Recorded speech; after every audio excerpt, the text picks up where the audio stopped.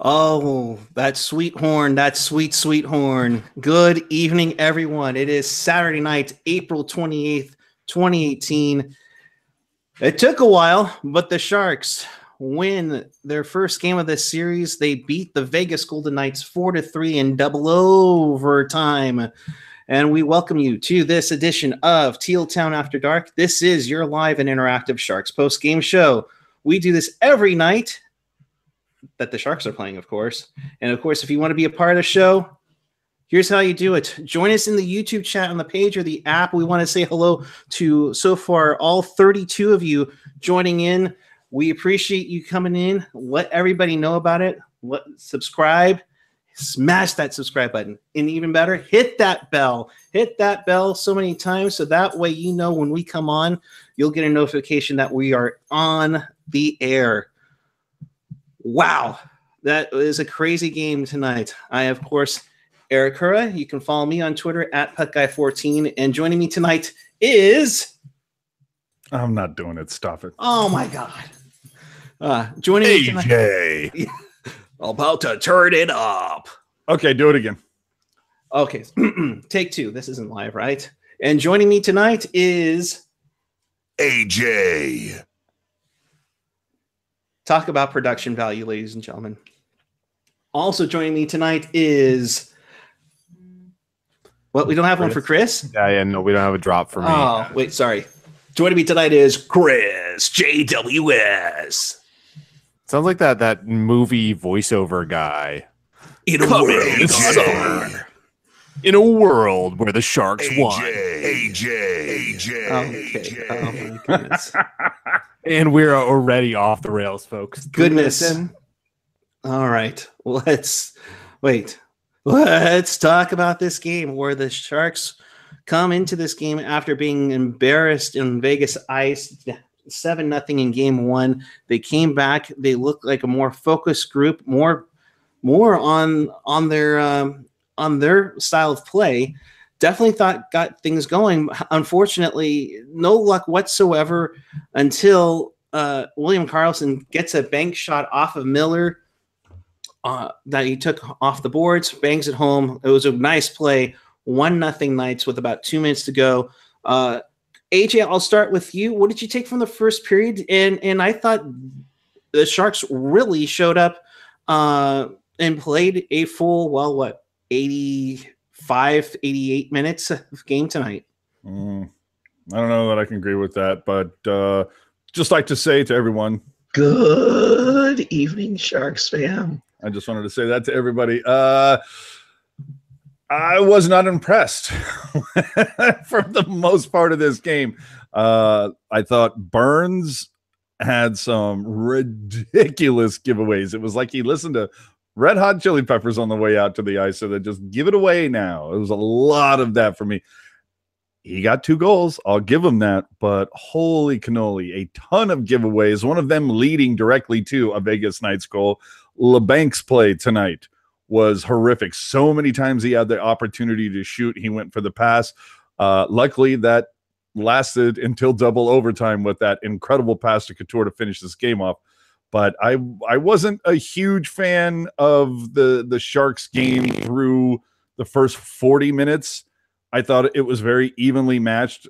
They controlled the neutral far better. But again, in my mind, I'm going, the Sharks played well, but I wasn't blown away. But I think some of it has to do with the fact that I'm just kind of like, well, this is the game that they should have had on, 2 nights ago on Thursday, where they weren't just getting blown away. So it was good. I want to see better. Gotcha. Chris, I thought early on the Sharks looked dominant, but like AJ said, they've looked good, but they still had that one goal kind of like, just not having that nice taste in them. But what did you take from the first on this night? There were certainly some things that could be improved, and I don't think AJ is entirely wrong, but I would say they played a as pretty opposed good, to every other night. Yeah, you're all the way wrong most of the time. But I mean, the first shot Vegas got towards the net was 5 minutes in. In the first 13, 14 minutes, they only had 4 total shot attempts. And the Sharks did a really good job of, even when they turned it over, limiting Vegas's chances to actually throw the puck towards the net. They did a really good job at suppressing their shots, and I think that was one of the key things is they controlled the neutral zone. Even when they got into the zone, they were on the perimeter. They weren't able to direct much towards the net. And overall, I thought the first period, that looked like it should. I mean, they do need to clean up some of those giveaways. There's definitely cases where they don't seem to realize how little time they have, like time and space, and they hesitate a little too long for my liking. And I certainly hope Peter DeBoer doesn't take the approach he took with last time they won, where it was like, well, if it ain't broke, don't fix it. No, it's definitely still got issues. Let's make it a little better. No, you completely agree on what I was about to say, is that the Sharks did look pretty good. However, they seemed like to hesitate a little bit or just almost overthink. And with Vegas, you can't do that. They are prepped and ready to go for the turnover and chomping at the bit really on there. But then the Sharks started to get things going in the second. However, a bad turnover from Marc-Edouard Vlasic leads to a goal. William Karlsson, his third of the playoffs, 26 seconds into the second period from Smith. Before we move on to the second period, onward more into the second period, guys, who honestly was like going, oh crap, we're in trouble now. Even though it was like you only 26 seconds into the second period. I definitely felt like we were in trouble, without a doubt. But you know what saved me is the fact that the official Golden Knights Twitter account tweeted out 3 hats and a watch and then a bunch of eye emojis saying, looking for the hat trick now. And to me, that was kind of like karma's going to bite you. And then when Burns ended up potting 2, I was just kind of like, oh my God, how karmic would it be if Burns got the Hattie in this one? Tristan in the chat asking me that they got a comment on Twitter saying the Sharks are slow and they do not have a chance against Vegas. What are your thoughts on that? The Sharks are slow. Are they slower than LA? No. Are they slower than Anaheim? No. And the funny thing is that they added speed. You think about it, the Sharks could have won this in regulation. I think they probably should have, but they won it anyway. You can see Vegas is a speedier team, but you also look at it tonight, no Evander Kane. And I'm going to say that we will see Yoki Ryan on Monday night. I mean, there's no reason to have Martin in there if he's only going to play 10, 11 minutes, take 2 shifts in in OT and none in the third. Yeah. And I mean, just why is Paul Martin in there, for Pete's sakes? Yeah, I was definitely gripping a little bit at that second goal. I was like, this is basically your series if you don't get the next goal. Like you have to get the next one. 3, you can come back from 2-0, obviously. 3-0, it's pretty hard. And luckily they got the next goal. Well, they got the next 3. And I wasn't super worried because I was like, I did like how they played in the first. I was like, they had plenty of dangerous chances. And this is true throughout the game, is they had both quality and quantity. They had a lot of good chances and they had a lot of just chances, period. But the other thing, did you notice, I don't know if you guys saw this, all of a sudden the Golden Knights, when the Sharks took the lead late in the second, their eyes got a little bigger. I was going to say that actually happened, I think, during when they tied the game on Couture's goal. I thought they really looked, oh crap. And that was the one thing that we mentioned, I think, many times on all of our shows, was that let them have that adversity and see what happens. And in the second period, the Sharks took advantage of regaining that momentum. Burns, his second of the playoffs from Pavelski on the power play, cuts the lead in half to 1. Logan Couture gets a nice pass from Tomas Hertl, one-times it in past Fleury, 2-2. I think in that time, I think Couture almost was trying to get a backhand shot, but just couldn't get his hands on it. And I thought he was a for sure goal for that. Then Brent Burns on a wraparound, not the NHL wraparound, on a wraparound, it was 3-2 Sharks. Burns is second of the game, third of the playoffs from Meyer and Pavelski. Guys, I'll come to you this. I'll start with you, Chris. question about goaltender interference, and we're going to get into a lot of this, and we're not even going to attempt to figure out what it is. But what did you think of the interference in that sense on that call, again, which was, I guess, they allowed the call to stand for Burns' go-ahead goal? I thought in that case it was definitely the correct one because he was well out of the crease on that one. I know that there's definitely, I'm sure Vegas fans, all the lifelong Vegas fans, will be very upset about this one. I mean, the problem is really we've been on both ends of this. It is so ill-defined what is goaltender interference and what is not. So I mean, I kind of just shrug it. It's like, well, I like the call because it favors me, but honestly, it just kind of adds to the pile of we don't know what goaltender interference is. Like, I really don't know if they have any strict definition. AJ, what did you think? I thought it was clearly goalie interference. As soon as I saw Jonesy out there just holding on to the post saying, no, I'm not going anywhere. This was clear. This was like no two ways about it. This is goalie interference. No, as soon as I saw that, I went, oh, thank God.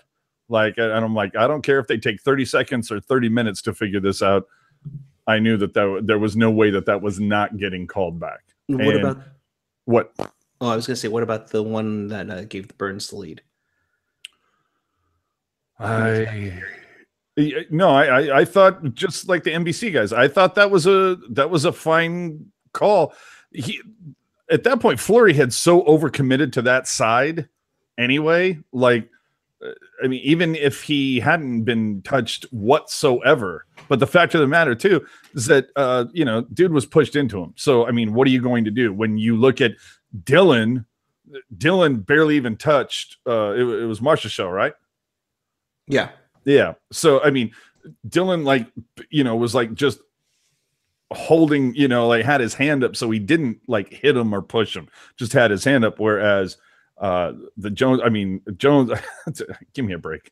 No, they got it right. This one they got it right.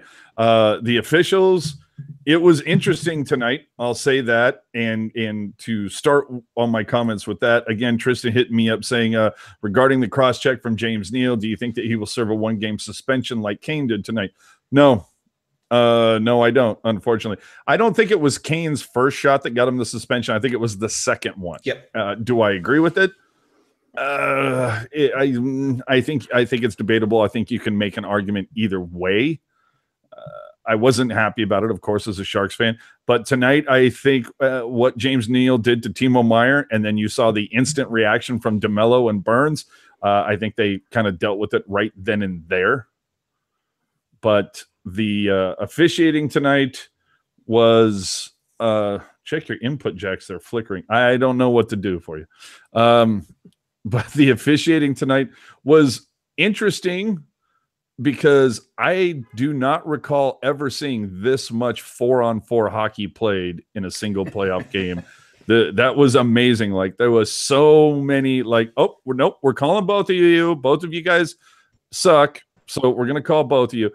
But the thing that did kind of irk me tonight, and even the guys on NBC talking about it, that there were at least 2 times, if not 3 times, that San Jose drew a penalty, official's arm goes up, and within 5 seconds later, Vegas commits another penalty, but they didn't call that one and make it 5-on-3. And you bring up a good point there, because I remember what was it, one that Perron had slashed Dylan's stick. Yep. And there was something about, they missed that, and there were a number of times that they could have called 2 penalties on Vegas, but no, it didn't go in that direction. Honestly, overall, I mean, that the calls could have been far more lopsided than they were. I mean, we got 7, they got 2. In other words, it could have been as lopsided as game 1. Yeah, like true. It was really, like, I think, it's similar to like the thing with the Ducks where like they were committing all kinds of stuff, and I think the officials didn't want to give them as many as they actually earned, because I think Vegas realistically earned 10. There could have been 10 power plays, and I think there's 1 or 2 that the Sharks got away with a couple, but not very many. They did not get away with that many. And Vegas got away with a few, but again, the key ones that Vegas got away with are ones that would have made 5-on-3s.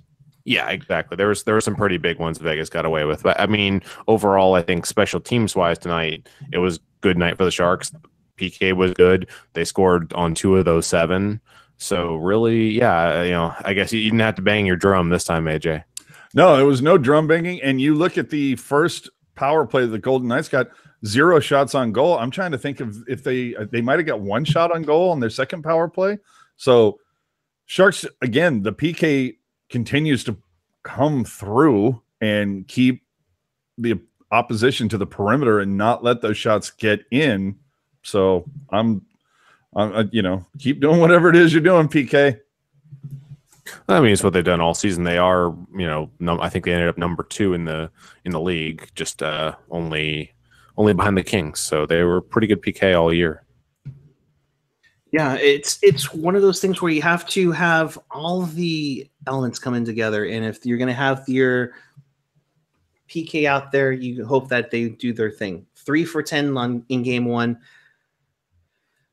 30%. Okay, not the greatest, but you're marching to the penalty box. Everything's going to, be off a little bit. Power play wise, they did their job tonight. But kind of going with the theme of the penalties, guys, I wanted to talk to you in regards to the kneeing on Dylan DeMello here from Carrier. What did you think of that? Because Randy Hahn immediately got on Twitter and mentioned something in regards to, that should have been a 5, and as did Gen X. Yeah, I'm kind of in the sense that it should have been 5 in a game, because that puck was clearly gone and he still continued going through it. And you talk about Joakim Ryan, guys, or AJ, I should say, as I toss it to you. And granted, Dylan DeMello returned to the game and played throughout the entire game tonight. You hope he's okay. Otherwise, you might have to keep Martin in there, or heaven forbid, now that the Barracuda season is over, you go with Tim Heed. As soon as I saw that hit, I was screaming. I'm like, how is that not 5? As soon as I saw it, like, how is that not 5? But the NHL, I mean, what does that even stand for now? Honestly, I think it wasn't 5 because he didn't get it, seriously injured by it, because he played a good number of shifts after that. He wasn't lying on the ice and playing it up or anything like that. Like, it was, I have a feeling that if it had been a really nasty injury or something, like if he'd gotten injured by that, I think it would have been more likely they would have called a 5 on it. Well, it makes you wonder if DeMello had played it up a little bit, the way that Vegas played up the hit from Kane on Belmar. It's like Belmar doesn't take practice yesterday, doesn't take practice this morning, and then is like game time decision. And then, of course, is one of the first guys out there. To me, that was all gamesmanship. There was no way Belmar was not playing. But, of course, they played it up like, oh, Kane really hurt. Give me a break. Sorry, I just totally lost my train of thought there. Never mind. Go ahead. Sorry. Sorry. When you get it, just interrupt me. I'm sorry. But in the chat, Chester Chiva saying Kurz doesn't think it's suspension worthy. I don't think it's suspension worthy, but do I think it's more of an egregious play than what Doughty got a game for? Yeah. Yeah. Do I think it is more egregious than what Kane got a game for? Yeah. Yeah, I agree. And I was going to ask if Rafi Torres did that. Oh, it's 41 games. He's out for the rest of the series. Because we have to ask. It's tradition. And Rafi Torres did that hit. And a ton of people on Twitter. I mean, as soon as it happened, Twitter, like the amount of tweeting on my timeline exploded with tweets towards NHL player safety, going, how many games is he going to get for this? Right. And more they have a though, point. more importantly, though, you see people who are national guys who are generally objective saying similar things that, that's probably should be 5. You see, I don't know if Greg Wyshynski said that, but, guys like him, you see, guys who cover it nationally who are generally objective saying that should have been 5. I mean, if you listen to, the play-by-play guys tonight, they were calling it very, very similar to that. They were on Vegas for a lot of their crap. They pointed out several of those times Vegas got away with that second penalty that could have made it a 5-on-3. But dude, when Gen X calls it out, there's an issue. Yeah, big time. I mean, he's most even keeled of all the people that we follow, and I think him and I went into discussion. I think for something on game 1 or. Dude, so Jerry F in the chat asking why Billy Gibbons from ZZ Top was there representing for Vegas. I have no idea. I mean, he's a Dallas boy and everything. Not exactly Dallas, but a Texas guy. But I mean, ZZ Top did have a pretty big hit with, Viva Las Vegas in the late 80s. I'm just saying. Yeah. Also, you had Von Miller there. Did you guys all see the picture of Von Miller? And then a lot of people are pointing out, oh, hey, look at this. Here's a picture of him wearing an Avs jersey last week. Yeah, Von Miller is like the Justin Bieber of football players. Just, just less douchey. I mean, always less douchey. I'm just going to put on the jersey of whatever city I'm in. My question to you, since we're talking about this stuff, and forgive us for going off the rails, just a Scotch. Thank you. Which, by the way, AJ, I need to figure out the actual spelling of that. So, Skosh. Oh, okay, good to know. My question to you guys. So this is a nationally televised game. It was on NBC all over the place. And of course, they have the roving reporter with Jeremy Roenick in there. But the question to you in regards to some of the stuff that JR was having fun with. I mean, sure, the Elvis thing was a little bit funny, but maybe to me, and I'm trying not to have the teal tinted glasses. Sorry, Ian, not trying to steal your trademark. But I have a little bit of an issue of a analyst wearing a jersey, and I don't have a little bit. I don't have a problem with it at all, as long as he does something similar to this when the game is in San Jose. I don't have a problem with that. He is the, I mean, obviously you can't say like fun with it. He has fun, but he's like the I don't know. I don't want to say like the Amy G, because obviously Amy G just does giant stuff, but he's essentially that kind of person for NBC, where it's just kind of embrace whatever town I'm in, whatever they're doing that will give me a little bit of camera time. I'll dress up as Elvis. I'll, throw on a jersey and some LED glasses, and somebody will hang a drum on me, and I'll get out there and have fun. He's just there for entertainment value. He is the clown shoes of the broadcast. That's what he's there for. I agree with AJ for the most part. I mean, and honestly, the less he talks about hockey, the more I like it. well said. Absolutely. But yeah, I just know that it was going to be a little bit, because I know there's a lot of things said on Twitter when they saw some of that. But let me ask you this: would you have any issue with him doing that had he not played for the Sharks for a couple of years? I don't think anybody would. I think everybody, that's just, that's just part of the broadcast. I think that he wore a Shark sweater for a couple seasons, I think makes people go, why would he do that? And it's just because he's just the unbiased goofball on the scene guy now. And it wouldn't, I mean, he did that tonight. Look at his Twitter. He also took a photo of himself in Jumbo during the Sharks practice. No, and like I said, he's having fun with this. Yeah, he's having fun with everybody. The question if there was anything that if it ruffled some feathers. I can't. Jerry F is doing a very good job down in the chat of defining Skosh for everybody. Yeah, apparently has some roots in Japanese, but the only times when we really want to go off the rails, we'll have to go through that. Definitely. So let's move on to the third period now, where the Sharks were up 3-2, and like I said on the Twitter mission, Wait, what- did you say the third period? the third period. Thank you very much.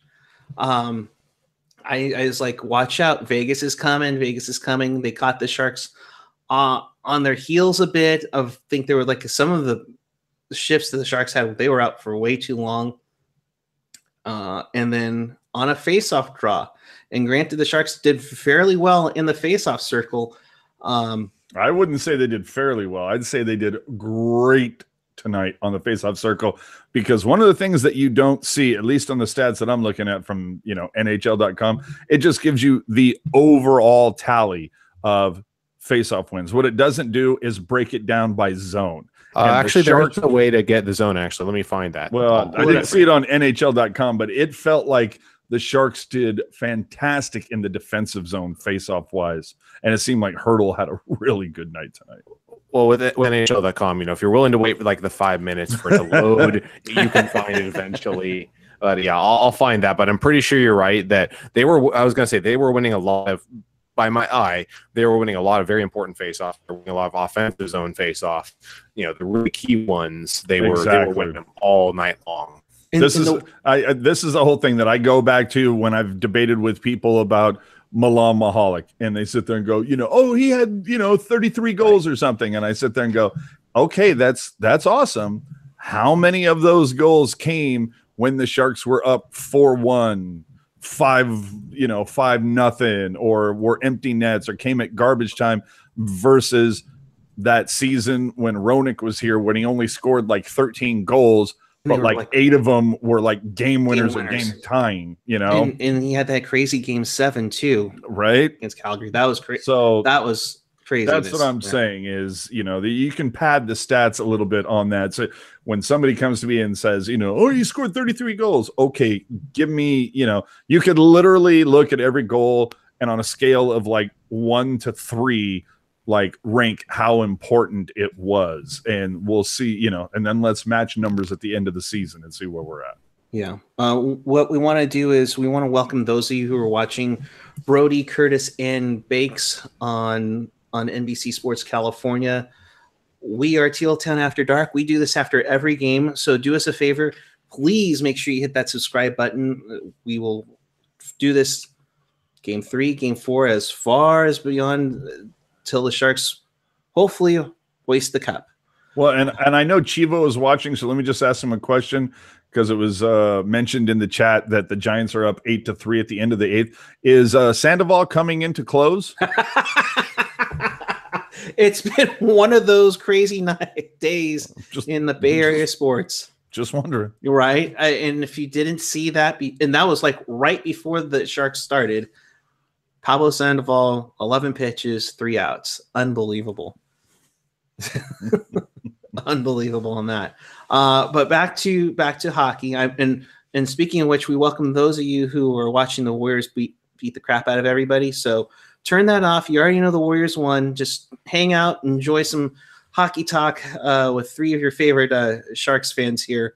I'm sorry, After Dark. You said the Warriors won? Sure. Oh, good for you. Yeah, like this on your TV in your background, but nonetheless. So third period again, Vegas was coming on strong. The Sharks looked a little bit tired. They won the Vegas won the face-off, gets it to Nate Schmidt, who gets his first of the playoffs from Theodore and AJ. I know. I was holla. I had to work up to it. Gotcha. My bad. With 6:32 left, you knew that this was going into overtime, in my opinion. Third period, guys, what did you think? Chris, I'll start with you. Third period, the Sharks kept the pressure on. It was unfortunate that the Golden Knights scored, but I looked up, rightly up to it, because I knew there were going to be the natural inclination of everyone go, oh, they sat on the lead. But leading up to that goal, the Sharks had owned shots almost 2-1, attempts 2-1. it was just kind of one of those unfortunate things. And I was like, oh gosh, are we going to have one of those games where it's like all this, a really good game put out there, all for nothing? I'm like, please, let's not have that. But it gets better. Yeah. And on the chat, Timothy Weiss asking, how did Dylan get the delay of game penalty? He, plain and simply, he hit the puck out of play. Yeah, it went over the glass. Yeah. In his it was a own good zone. call. Was I pissed off when it happened? Yeah, I wasn't pissed off at the refs. I was pissed off at Dylan going, dude, what are you doing? But Mike Nevis in the chat, Game 5, VJK fans will chant sweep. That's mean. Well, we're kind of picking on them a little bit. The fact that they were at one point during this game chanting, "We want the cup," during the second round, like really, and then of course you saw the great posts on Twitter. I think one of which came from Chris saying, aren't Vegas fans going to be confused when it's not 3-on-3 in the first overtime? Well, I said lifelong Vegas fans are looking forward to the 3-on-3. Okay. Oh, I'm being told I read the question wrong. What was I saying?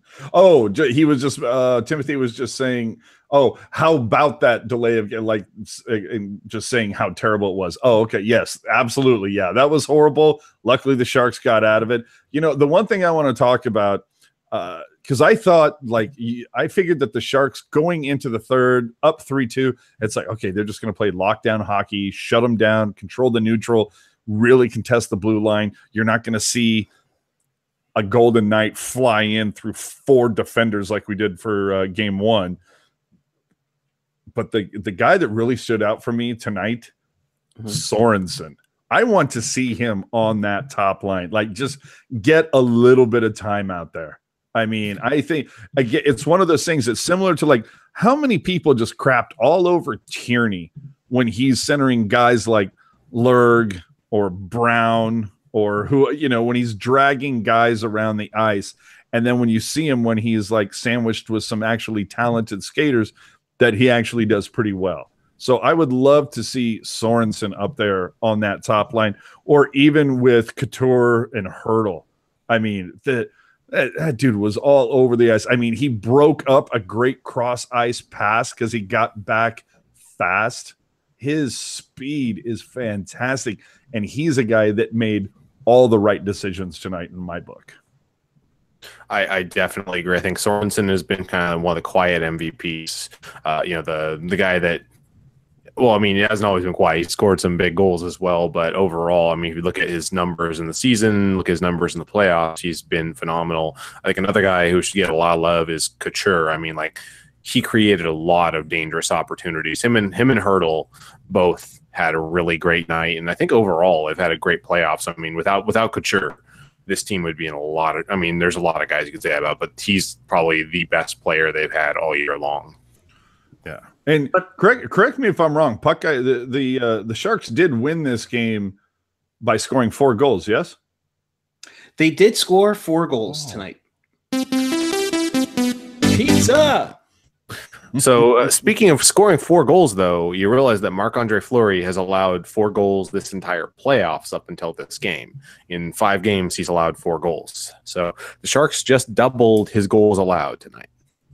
Well, I mean, you think about it. This was the thing going into this game, that there was more than a few people on the South that were kind of sky is falling, and what a catastrophe game 1 was. And I'm going, wait a minute, how bad are your memories? Do you not remember just a couple of games ago the Sharks won a game by a 7-goal margin?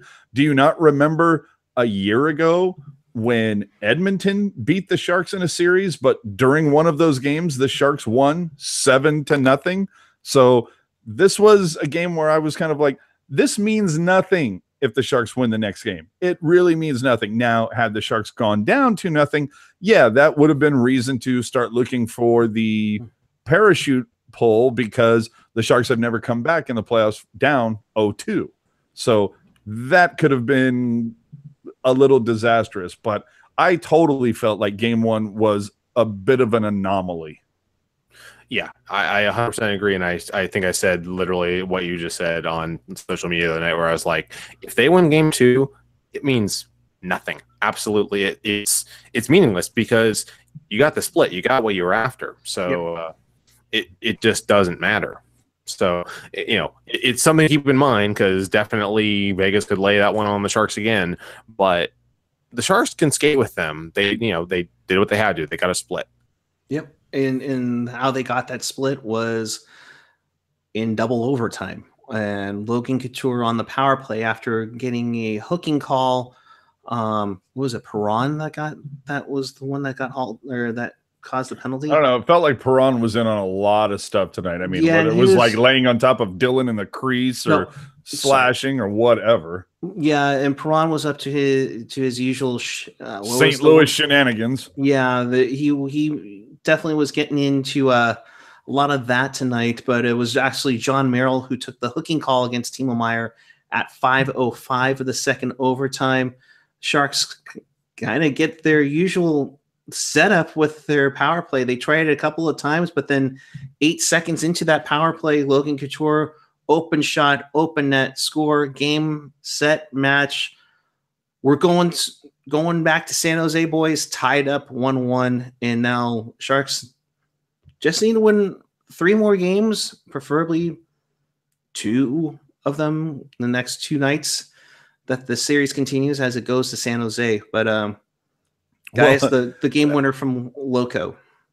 Well, I just wanted to say, I'll throw it to Chris here in a sec. I just wanted to say that the first 4 games against Anaheim, watched every one of them from my house. On Thursday, I went to the watch party at San Pedro, and we saw what happened. And I was invited to, I had a few friends that were going to go to San Pedro tonight, and I went, and I'm not a superstitious person, but after what happened on Thursday, I said, no, I'm just going to watch this one from home. I'm going to take one from the team. I'd like to really go out. I know that my attendance, wherever I am, has zero impact whatsoever on how the Sharks play. I wasn't going to chance it. But Chris, Loco? Yeah, well, I mean, we were all on this thing here because we originally thought the game was over on that first disallowed goal. So we were all on here. We could all see each other react when that happened. But I was like, I nearly stood up with a base in my lap and was like, yeah, I nearly had that bail out and fall on the ground. But that was a hell of a thing. And I mean, yeah. I think I saw it before you did, Eric, because I reacted, then you reacted like 10 seconds later. Oh my God, I was going nuts. It's like that was interference. That was interference. And some people were saying, well, he's out of the paint. It was okay. So we'll tackle. Oh, that's not even the right one. Let's not get that one going. That's not. Where are you here? While I look that up. But what did you guys think of that call in overtime? Well, I'm sorry, which one? The Marchessault goal. AJ, you kind of mentioned it already earlier in regards to it. That it getting waved off? Yeah. What did you think? Absolutely the right call. Chris, what did you think of it all? I mean, I thought it could go either way just based on, what we know about how those things go. I lean towards it was probably because, I mean, Dylan wasn't altering his path. He was right behind him. He caught the stick, and that was enough. And, he was at least 75% in the blue paint. His skates were out there maybe a little bit, but I'm pretty sure based on what I know about what the rule actually says, I think that would qualify as in the crease. So I think it was the correct call. I mean, as right. Correct as I can speculate any of it is. I found one for Laurel. There you go, Laurel. He already wants to. He's already like, get me the hell out of here. But yeah, okay. So we'll put him on the pad. We'll see how long he lasts. It'll probably be about 5 seconds. But this one is Toby. Hi, Toby. Short for Tabasco. Is he spicy? He very much is. Nice. Excellent. Outstanding. Yeah, I'm kind of with you in this sense, Chris. I was like, okay, they could say maybe that Dylan, as it's paused right there, could have called something like maybe he pushed them, but more so, Marchessault didn't really try to get out of the way. He did tag him, and fortunate for the Sharks, it went the Sharks' way, but I thought that could have gone either way. Yeah, no, I thought the game was over because, normally whenever one of my favorite teams loses an important sports match, I usually kind of want to go into denial and try and think, oh, okay, no, somehow it didn't, it'll someone will say that it's not over and we can keep on going and may they win. And I think this is the first time that's ever actually happened where I thought we had lost and we didn't. Did you notice the Vegas fans in the crowd who were like already starting to make their way towards the gates? It was just kind of like, no, suckers, you're still going to be here for a little bit. Oh, when the Sharks were all staying out there, I was like, well, there might be a real chance because they're if they think that, unless they think there's a good chance, I would imagine they're not going to hang out on the ice because they probably just want to get the hell out of there. Again, I just go back to the fact that when I saw Joner hanging on to the pipe and just shaking his head, I went, oh, wait, we're going to look at this. Yeah, and he definitely wanted to look at that. Yeah. Now, the question being, I would assume that comes from Toronto, right? The officials tonight. The officials tonight, when they called it, they said, the call from Toronto is goalie interference, no goal. I mean, and see you later, Toby. But and which is something that I've never heard on ice officials ever say before. Yeah. Yeah. And like Alicia in the chat, I screamed goaltender interference at the TV the moment it happened for the goal. Yeah, I completely agree. And I would have been so stunned, but then I wouldn't have been surprised if they had allowed that goal. And like I tiled the tweet, another reminder that we don't know what goaltender interference is because we're not sure yet. Because it's just one of those things, guys, that we just can't put a finger on it. But as soon as I saw Marsh clip his stick, I was like, this has to come back. In the chat, Nick is asking if Evander Kane has retweeted his Vegas money phone tweet. No, but Kane did very quickly after the game was over. He did, send out a complimentary tweet about the Sharks and, like, way to get it. I don't know exactly what the tweet was, but he called out Logan on it. So, I mean, nice to see Kane completely all in on this. And speaking I of, can't wait to see Kane's game on Monday night. Yeah. I mean, he's going to be fresh. He's going to probably be pissed off. Speaking of Twitter props, apparently Bailey hates the Vegas Kings so badly, or the Vegas fans so badly that he said, "Go Sharks." Well, is it that does he hate the fans, or is it just a case of he's just pissed that Vegas knocked his team out? So that's the way like if the Sharks had knocked his team out in the first round, he might have said the same thing. Oh yeah, no, I'm sure it's probably okay. Here's what it is. It's not that he's pissed about anything. He wants attention. That's what that entire brand is. But I just thought it was hilarious. That was like he's like, "Go Sharks." Well, I still props to not everybody's social media account is run by somebody who has a good sense of humor and good judgment. We've seen that previously where the LA Kings allowed their Twitter to be controlled by somebody else for a while, and that ended horribly. Mm-hmm. But we did see the Anaheim Ducks. Was it the Ducks or the Kings that obviously the Kings lost in a sweep on Wednesday, then the Ducks lose on Thursday in a sweep, and I can't remember which one tweeted the other, but it said, hey, if it was LA, I think it was, hey, Ducks, we'll see you at Coachella this weekend. Because both teams were out. I can't remember which, and I'm sure somebody in the chat will correct me and tell me exactly who it was, but it was the LA Kings who said that, I think. See, and you know what? As much as I, detest the Kings, their social media person is pretty on point, as is Bailey. I'll give it. The Ducks are kind of, they're bland. But Sleepy Mofo confirming, Kings tweeted it. So good on them. And that's the whole thing is make lemonade out of lemons. You got so at least have a little bit of fun with it. It is what it is. Mm-hmm.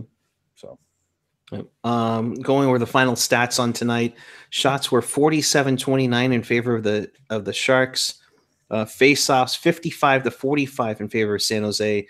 Sharks went 2 for 7 on the power play. The Knights went 0 for 2. A total of 34 penalty minutes, 22 for the Knights, 12 for the Sharks. We definitely saw 5 on or 4-on-4s. So that, to quote Randy Hahn, the always exciting 4-on-4 play. 4-on-4 play, you say? Yes. Also, by the way, I did look up the stats for the face-offs. So NHL.com is very dumb. You have to scroll over just the right thing and go down, because if you take the page to the bottom, you won't see it. But there's a column specifically. If you scroll that column down all the way to the bottom, there is a face-off breakdown report. And based off of that, unfortunately, there is no all the guys in the offensive zone. They have them blow by blow, which is actually really nice. So you can see Pavelski versus each person, how well he did.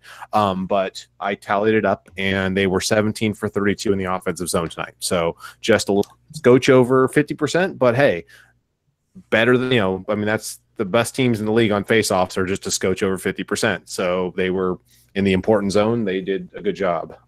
There you go. Big time.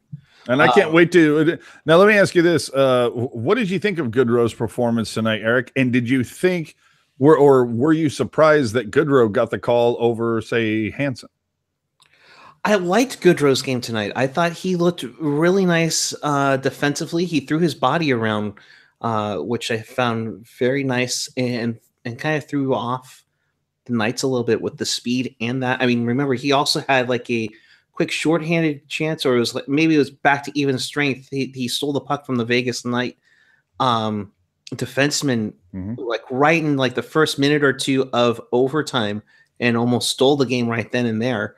But I thought he brought speed. I thought he brought some grit, and I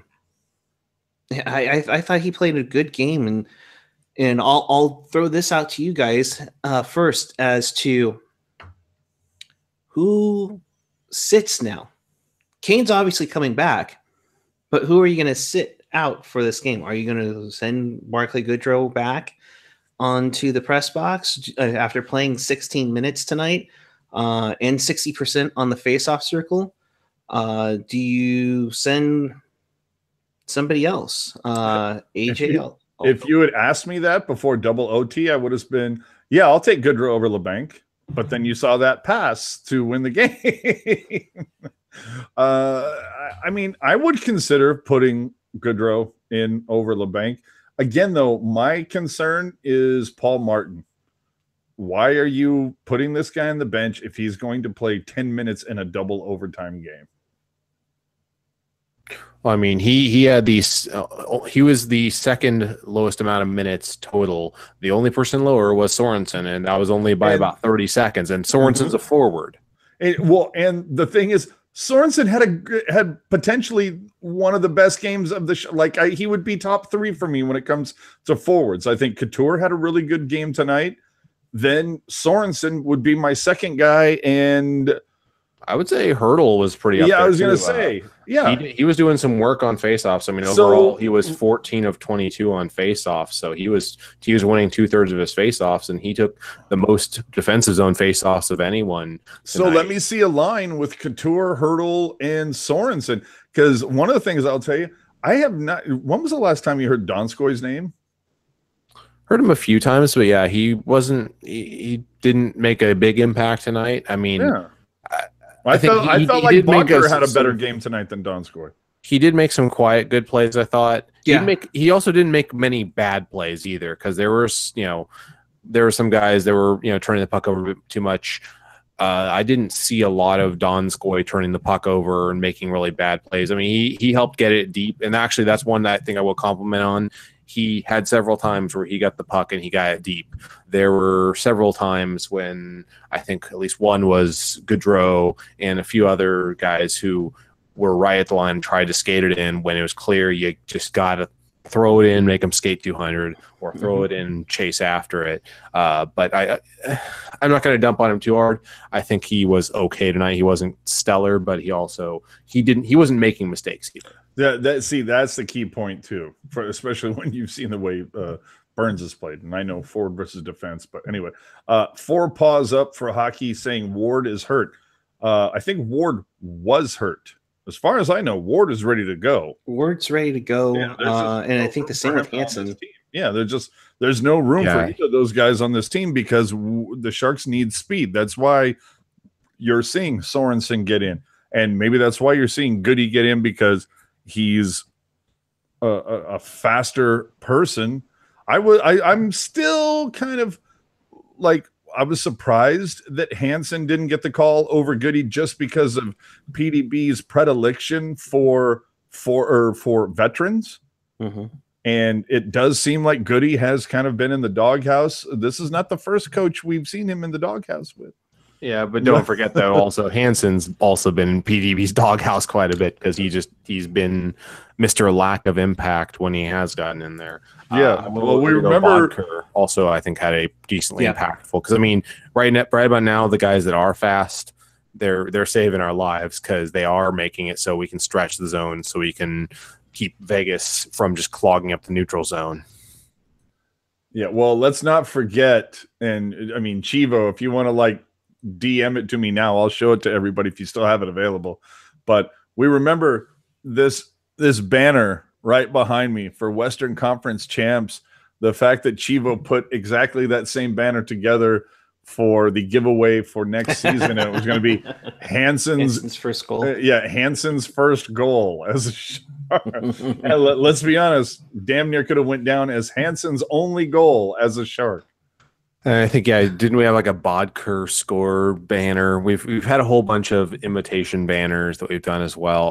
Also, one thing of note, stats wise, it didn't end up being true throughout the entire game, but most of the game, also the Sharks were leading in hits, in addition to carrying roughly 60% of possession number. So that's huge. They were possessing and they were hitting, and they were because we can look at all the turnovers they gave up.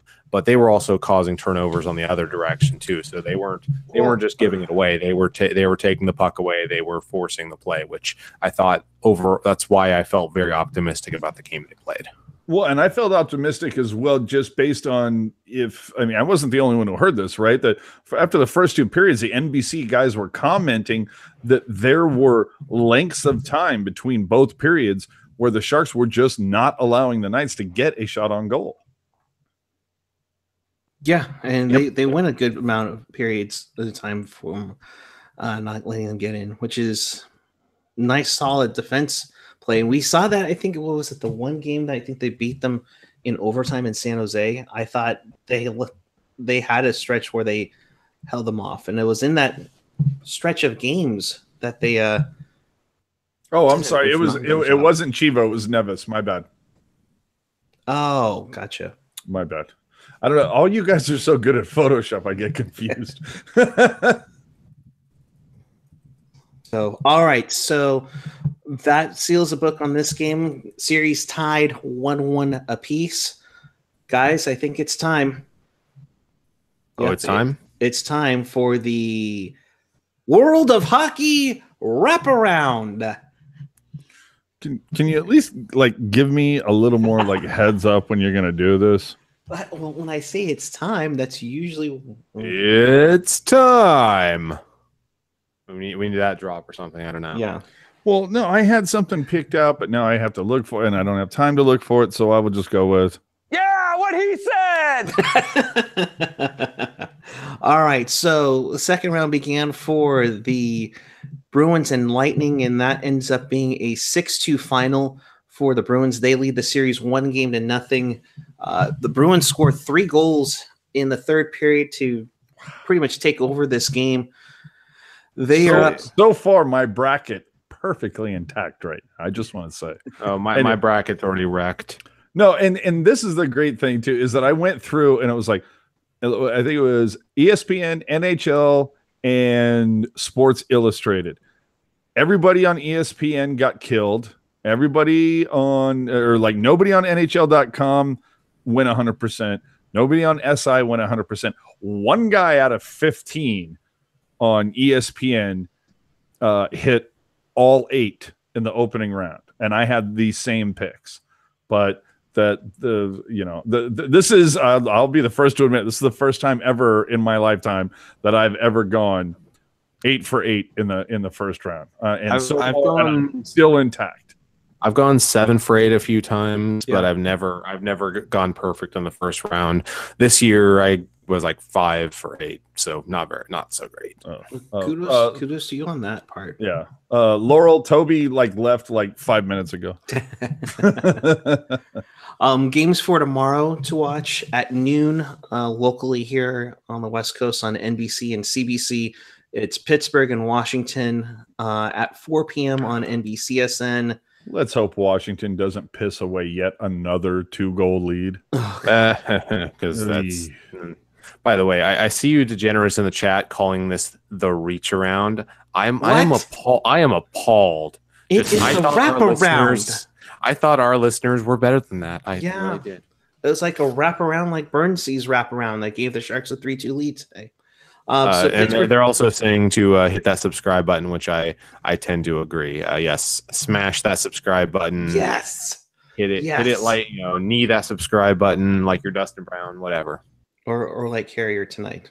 So 62 people watching. I think we got up to 75 earlier. We appreciate it immensely. Like we said, we do this after each and every game, home and away for the Sharks. So Washington and Pittsburgh at noon on NBC, at 4 p.m. on NBCSN. It's Nashville versus your Winnipeg Jets. The Jets are up 1-0 on there. It was just, and I took the Preds in this round, and I have no problem with my bracket getting busted. Yeah, although the only reason the only reason why I would have a problem with my bracket getting busted is because how badly does Rocket want to see the Predators and the Sharks go in the third round? Oh my God. Well, one leg of my bracket is already wrecked. If the Preds don't win, then it's gonna be bad for my bracket. My entire West will be wrecked. Oh jeez. Yes, I picked against the Sharks. I'm sorry. Right. No, I did as well. I think you two should be singing Taylor Swift next at the end of the round then. Just because I make honest picks. No. A lot of us, I think, we're picking Vegas to win this series. Except give money to JWS. And are you ready for it? I just want to hear JWS do that one. Wait, which one do you want me to do? That ready for it track. Are you ready for it? Yeah. Okay. I don't know because I don't listen to the radio. So yeah, jeez. Why would I listen to the radio? They never talk about the Sharks. I know. Yeah, I know. Every time somebody brings up the Warriors, I'm like, I don't know. I don't watch soccer. Ow. Anywho, in the chat, let's take a look at you. Mike Nevis saying Hurdle and Paz 14 faceoff wins each tonight. Yeah, that is really, really good. Jerry F, thank you. We appreciate it. Let's get to 1,000 before the cup. Yes, that would be awesome. Tell your friends. I swear, just tweet it out like crazy. Tweet out the links when we put them out for the show and do it. That'll be awesome. I think we're almost. I think we'll hit 750 before this is all over. Hopefully, maybe even 800. Mm-hmm. Absolutely. 4 paws up for hockey. Who will open the door for the Sharks on Monday? I think I already know. Joe Thornton. No. Honestly, you know what? If I'm putting money on this, and I will bet you guys right now, I'll go 25 each with you. I'm going Steve Young. I think you're in the right range, but I think it's going to be another Niners quarterback. Montana? Jimmy G. No, Jimmy G. Oh, Jimmy G. I was going to say, because if you're talking about Montana doesn't go anywhere without getting paid. Yeah, no, seriously. Yeah, no, he has a rep that, his whole thing is like, how much you paying? Yeah, no, I think I'm almost certain it's Jimmy G that's going to open the door, which will be great. So I hope NBC and NBCSN, if you're watching, I hope you show the entire Sharks pregame festivities. I assume they will, since they showed the one for the Knights. By the way, was anyone else disappointed? The guy out there with the Sharks flag and the Knight comes after him. I was like, please just decapitate him, because that would be pretty badass. But no. let me down. I'm just wondering if they continue that same thing if they come back to Vegas Game 5 and they're down 3-1. True that. I'm still waiting on Chris to do it, man. Uh-oh. Whoa! Not too much. We don't need to get a 4 seconds, bro. 4 seconds. Okay, I know. Just like saying. Eric in bed. 4 seconds. Oh, what? I meant Eric Landy, by the way. Wow. Someone sang a line from a song here, and it wasn't me. And they put, whoever the artist was, they put ads on our videos for that. That was a while back, but I'd have to find it. But yeah, no, that we've gotten a few copyright strikes. But usually it's just they will monetize it. But oh my gosh, yeah, no, they are use 5 seconds of something, and they'll get on you. Yeah, precisely. Well, you know what they say. While you are free to blow my Chichu whistle, keep your hands off my wasabi. That was my mashup. Yeah. So yeah, you have like Randy Hahn auto tune or something. Oh my God! Don't. Oh man, that's such a great idea. Oh wow, Felix! Thanks a lot, Felix. Wow. Oh man. And let's not say what it is, because this is why, if you're listening on the replay, you should watch the live show, because Felix just served puck guy right there. Luckily now they do have the live chat replay, so you can go and check it out on YouTube. Check that out for sure. Which is why I say watch what you say in there now, because it's in ink. Felix just went mic drop, dude. Wow. A best of show. Yeah, we might have to do that during the summertime. Try to splice together stuff. Oh, Alicia wondering how I know that Landy only lasts 4 seconds. I mean, I don't want to talk out of school. Anyways, what I did to his previous women. Whoa. I'm kidding. It's Chris. I don't live in San Diego, but Chris does, and he told me. No, I'm kidding. Well, you guys are in San Diego, so. Jeez. All right. Anyways, so I think we are pretty much done here, guys, tonight. So final thoughts and where the people can find you, Mr. Chris JWS. Yes, so you can find me on Twitter at ChrisJWS. Apparently, like tonight, my internet is just not cooperating or something, which is why you can't see my lovely face here. But you can see it on Twitter if you really want to. I'm on there. And my final thoughts is, hey, the Sharks did what they had to do, and it doesn't matter. They could have lost by 20 in that first game. They got a split. If they defend home ice, they're in good position. If they split on home ice, it's a best of 3. So hey, it's definitely looking up for the Sharks. They definitely have a shot here, and yeah, I'm excited. Absolutely, you should be excited. Game 3 will be at 7 p.m., not 7:30 as usual. That will be on NBCSN and CBC in Canada. Definitely check that out. I'm guessing there's going to be the typical pre-game street rally along with the march to the tank around 5:30 on Monday. So make sure you get down to downtown San Jose very early. I'm sure you've all seen the medieval times themed rally tiles that they're going to be having for Game 3. So make sure you get out there. I'm sure there's some limited tickets available still. So definitely be on the lookout for that, folks. AJ, your final thoughts and where the people can find you. Final thoughts, just like I said, just like a lot of people said, Game 1 was nothing to like lose your mind over. It happens again. I go back last season, last playoffs versus Edmonton. The Sharks won a game 7-0 in the series. And how'd that work out for them? So could very well happen to the Golden Knights. So nothing to get worried about. You split the series. You wrestled back home ice advantage. You get Evander Kane back for Game 3. You may, in fact, get Jumbo back for Game 4. We never know how it's going to happen, but I do expect to see Jumbo out there taking the opening ice skate warm-ups. So I'm telling you guys, we can get past Vegas. I think they got a really good shot at getting to the final again. We'll see what happens. But I am AJ_Strong on the Twitter, on the Instagram, also doing a little gramming for Teal Town USA and everything that is tealtownusa.com. It's on the website. And I'm just going to say it now because when I've like held it close to the vest, it hasn't worked out so far. So I'm just going to announce it now. Tomorrow night, I will be talking with a former Sharks broadcaster by the name of one Drew Remenda.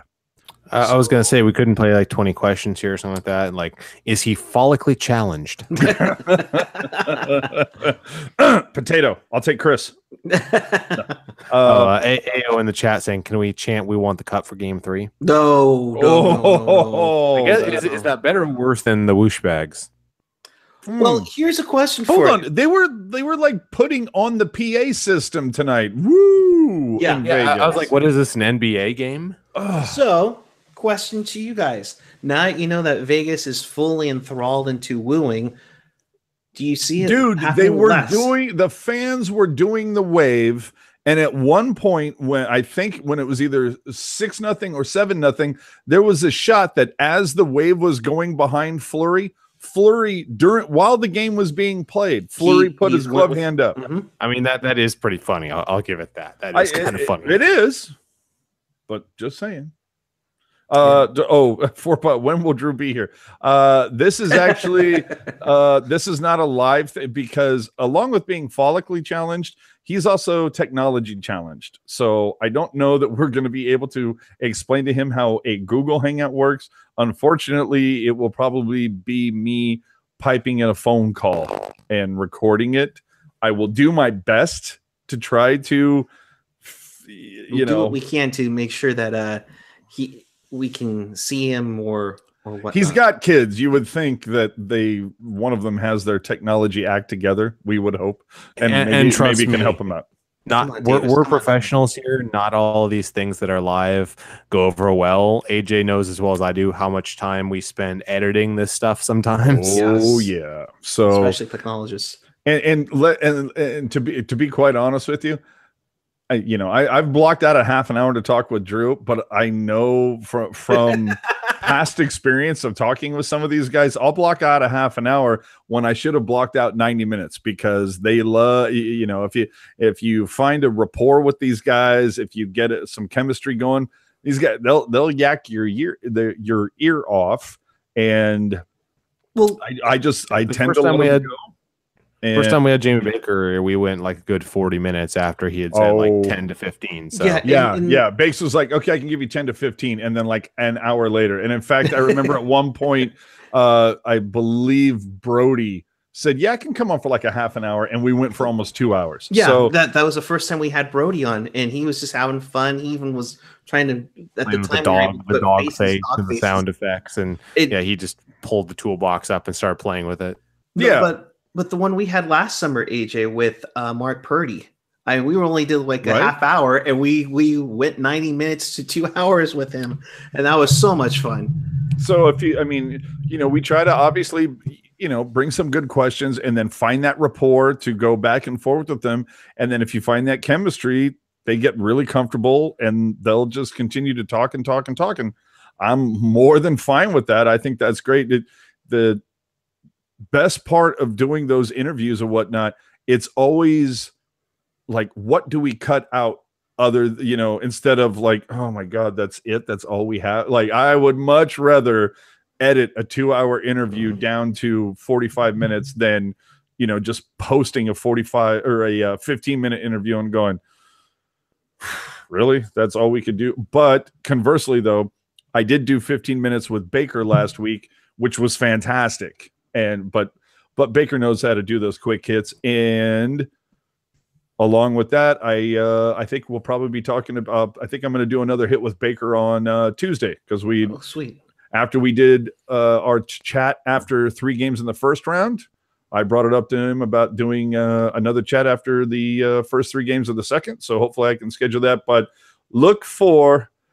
don't look too hard because I can't. This is like going to be the 3rd time now that I'm trying to schedule Remenda, and he's had his scheduling issues, and I totally forgive him. I mean, real life gets in the way sometimes, guys. So I'm right now penciled in tomorrow, 6:00, to speak with one Mr. Drew Remenda. But it might not happen, but you'll find out if it does, because it'll be on your feed by about 9:00 tomorrow night, at the very latest Monday morning. Yep. Definitely. Next guest should be Radin and Chirado. No. Oh my God. No.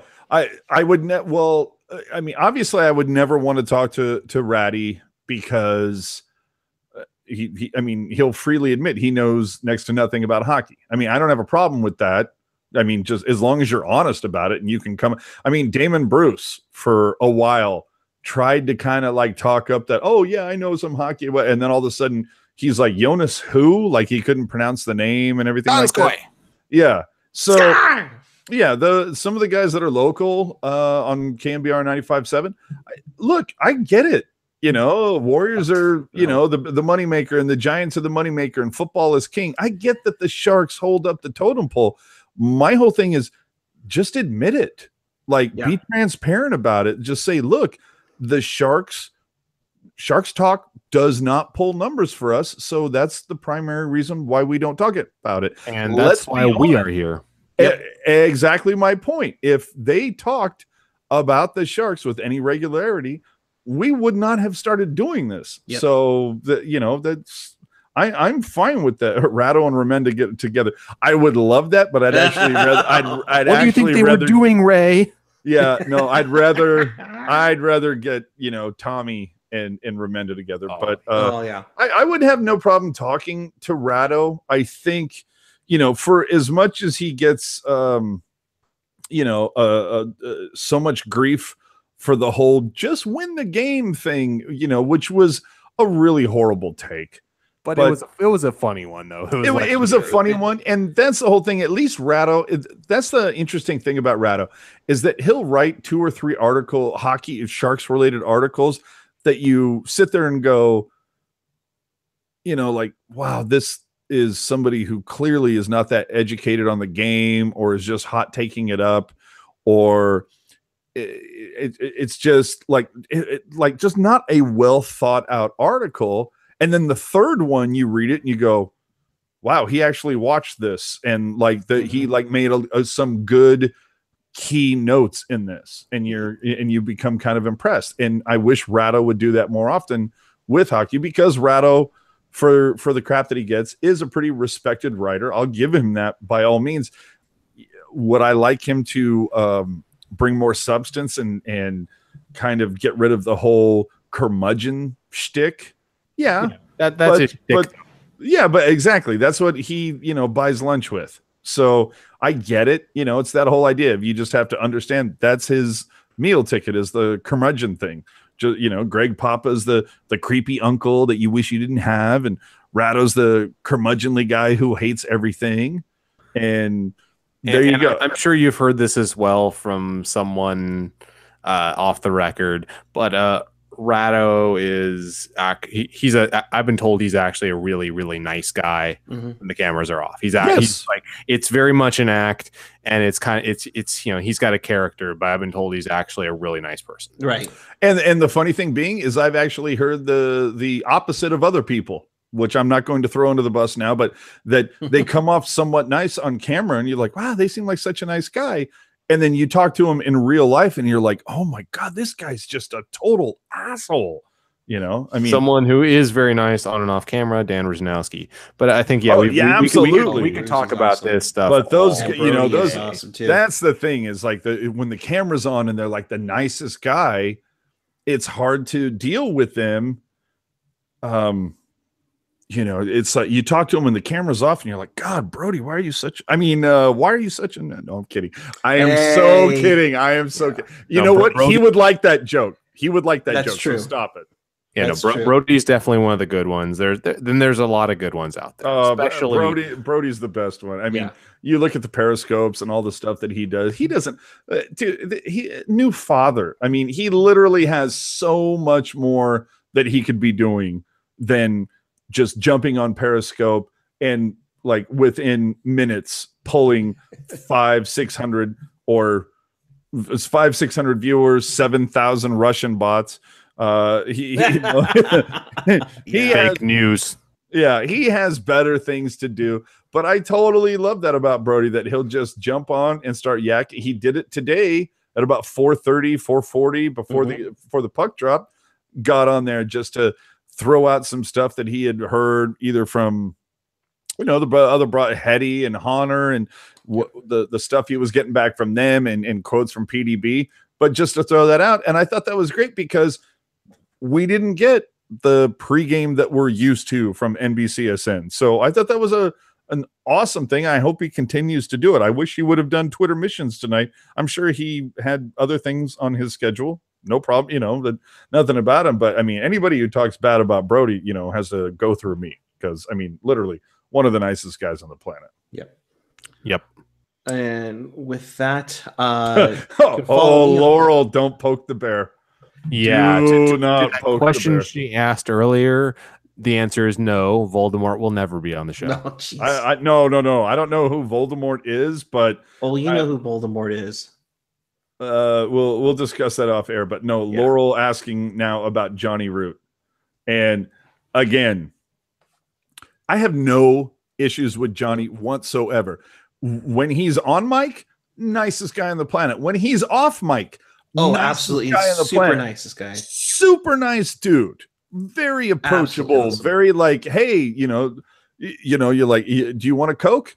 Sure, I'd love a Coke. Do you want to do a shot of tequila? Absolutely. I mean, he's just down for everything. I mean, one of the nicest guys on the planet. That being said, do I think his job? Do I think that job should that he should have that job? And now, if anybody's going to have that job, absolutely, he's great at his job. I'm just a person that does not believe that professional sports teams need a hype man or an MC or whatever you want to call what Johnny does during Sharks games. That's all. And again, it has nothing to do with Johnny Root as a person whatsoever. It's just, I don't think that job should exist, but I don't think that job should exist for any NHL team. It's not just the Sharks. Yeah. A012345. You say you miss Kaylee. I actually saw Kaylee last night at the Giants game. Podcast with a friend of hers? No, I was with I had won tickets to the Giants game last night. Commenting on them, and I ran into her. She's doing well. She does her own podcast now called Sideline Sass with her good friend Emily. And they were super nice, and we'll have to get them on because of course Kaylee did her thing with the Barracuda and the Sharks for a couple of years, and she is pretty awesome, pretty knowledgeable about it, and both of them are excellent overall sports know-it-alls. Hey, I mean, you want to sit there and talk about, oh well, hockey is, excuse me while I beat my chest. It's a man's sport. I would have no problems like if Kaylee and Emily and Rocket and Shalana did an after dark. I would love it. Oh yeah, that'd be awesome. I would listen to that for 2 hours. We probably wouldn't have our jobs anymore, guys. But yeah, well, that's probably true. Yeah. Anyhow, if you want to watch this again, or if you missed anything, check us out on tealtownusa.com or your favorite podcatcher, whether it's iTunes, Google Play, SoundCloud, Stitcher, TuneIn, or YouTube. Check us out at tealtownusa.com. Can I answer Felix's question before we get out? Go ahead. Yes, who is the nicest Sharks player I've ever met? Let's take a drink. I'm just going to say, because it's an incredibly difficult, so difficult question to answer, because all of them have been painfully nice. I'll tell you really quickly. The thing is, I don't count meeting Sharks players at events like FanFest or at the Tank, or when they're literally, there to be representative of the team. Like they're literally wearing Shark swag and they're like this is part of them being on the team. I don't count that stuff. So when you throw that out, I've only met a handful of Sharks that like out in the real world. And I'll tell you this, there was one time in like 04-ish, somewhere in there, that I ran into Hannon and Smith out at a bar. We had some cocktails together and had an awesome evening. The only downfall of that is that the following night the Sharks played a home game. Hannon was dragging ass and Smith didn't play for the next 3 games. So we got a little schmammered, but nicer guys you will never meet. And then just recently, about a week or so ago, I ran into basically about half the Sharks team after they had completed their victory, the sweep over Anaheim. And Brendan Dillon, literally one of the nicest guys you would ever want to meet anywhere. Sweetheart of a guy. So I would say at this point, Brendan Dillon. And which when you see me talk about his game on here, knows that it's just like, oh man, but every once in a while I like to bag on his game, but I can't now because he's such a nice guy. Yeah, no, they're all awesome, and they're not all awesome. Well, let's be compared to other professional athletes. Yes, compared to other professional athletes, hockey players tend to be probably the nicest ones out of them all. So. Yeah. But there's Nick not pointing out in the chat that we're in like round 3 of trying to end the show. But I'm not throwing anybody under the bus, but there is a particular player of the Sharks that I remember that will evade just any type of like interpersonal relations. Like if you just want to get a picture with him, want him to sign a puck, just want to say hi, I loved your game. He's like, no, he like looks for the back door. He's like wanting to get out as soon as possible. He doesn't want to interact with anybody. And, I get that. And you know what? You give them their berth, give them their space, and that's fine. Move on to the next. Definitely. So with that, see you on Monday. Bye. Well, wait. No. We'll be back with you following game 3 between the Sharks and Golden Knights. I'll be heading down there for both games 3 and 4. So by all means, come and say hi. I'm probably trying to get some more Teal Town USA magnets together to hand out to people. I might give you 2, one for you to hang on to, and one to give to a friend, because we want to spread this love out as much as possible throughout the night. So we're here for you, and we do it because of you, because the Sharks deserve the coverage that they get from us. So with that being said, we will see you on Monday following. Yes. I love Laurel's comment. Oh, jeez. Oh, Laurel, you're crazy. For all of us here at Teal Town USA, thanks for watching. We will see you Monday after Sharks and Golden Knights, and keep it teal. Wait, try it again. Keep it real. I'll do a video review of that. Teal. Keep it real, Teal. We'll see you on Monday night, everyone. Have a good one.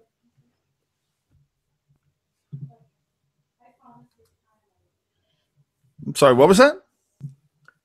I said, have a good night, everyone.